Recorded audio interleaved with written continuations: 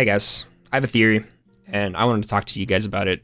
It's regarding the 6.1 and the new Alliance raid, so I just wanted to get right into it with you and talk about that.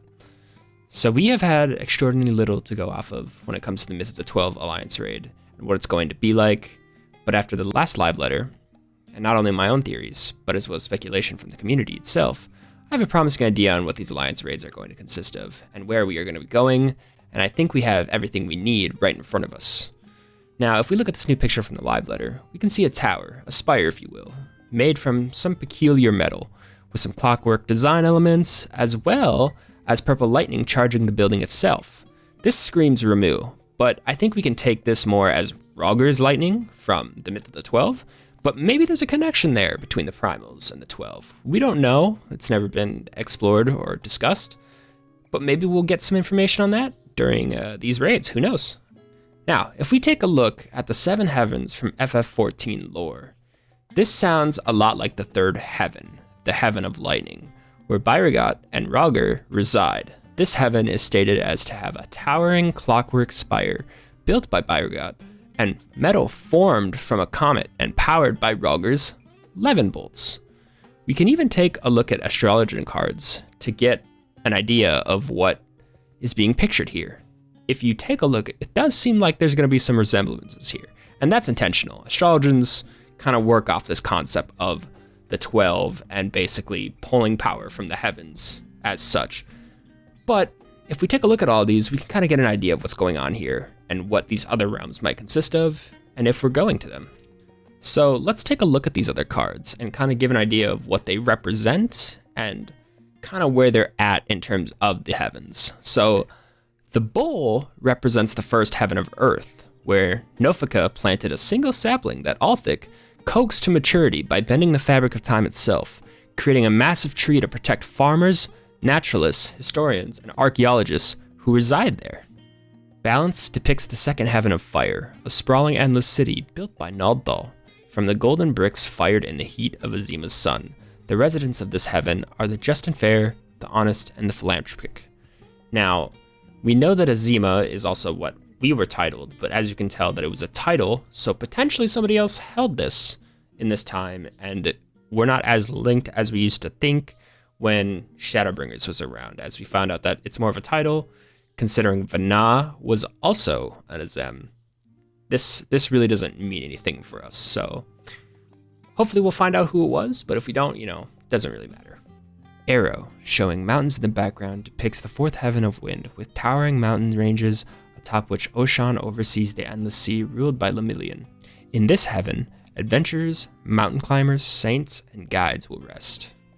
Now, not much is known about these two. Oshan just appeared one day. Maybe that'll have some resemblance and showed off in the this raid, maybe the next one of the three.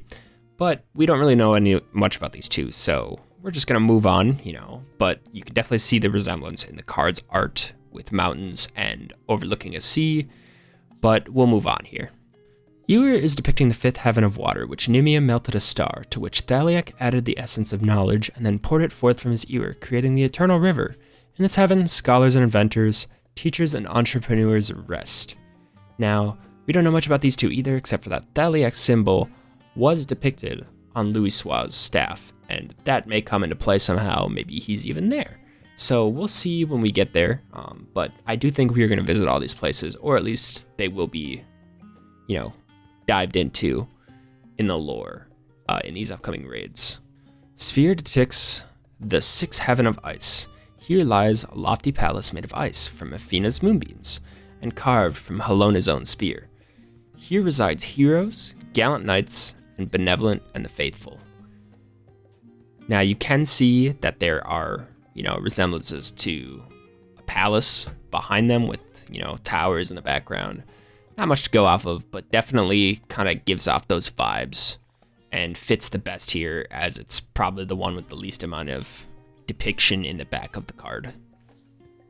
Now, after going over all those, there is a rumored final seventh heaven, astrologers reference as the Pole Star, which could be explored in the Alliance raids, but I doubt it, as, the 12 have resting places in all of these heavens that we've listed above, And we would have no reason to explore further if we're just trying to find out who the 12 are.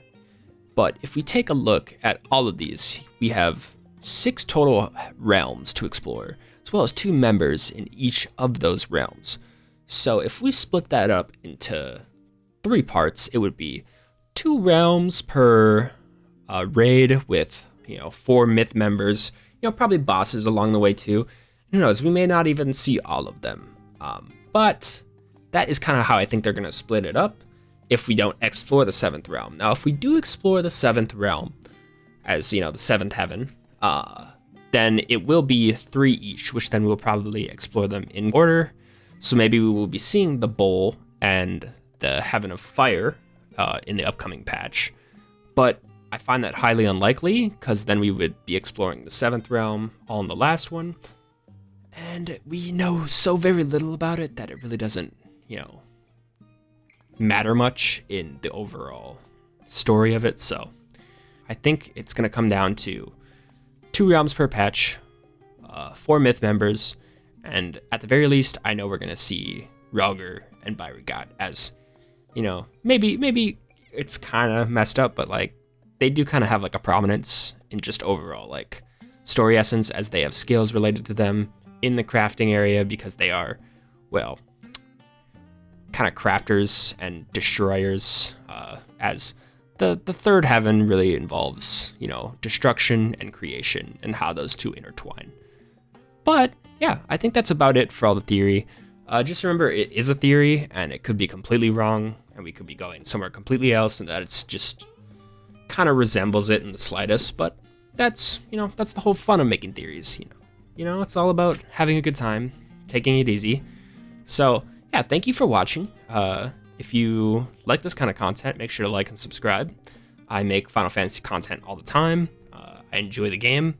I hardcore raid all the time. I have Twitch. Check it out. Links in the description. So yeah, have a good one.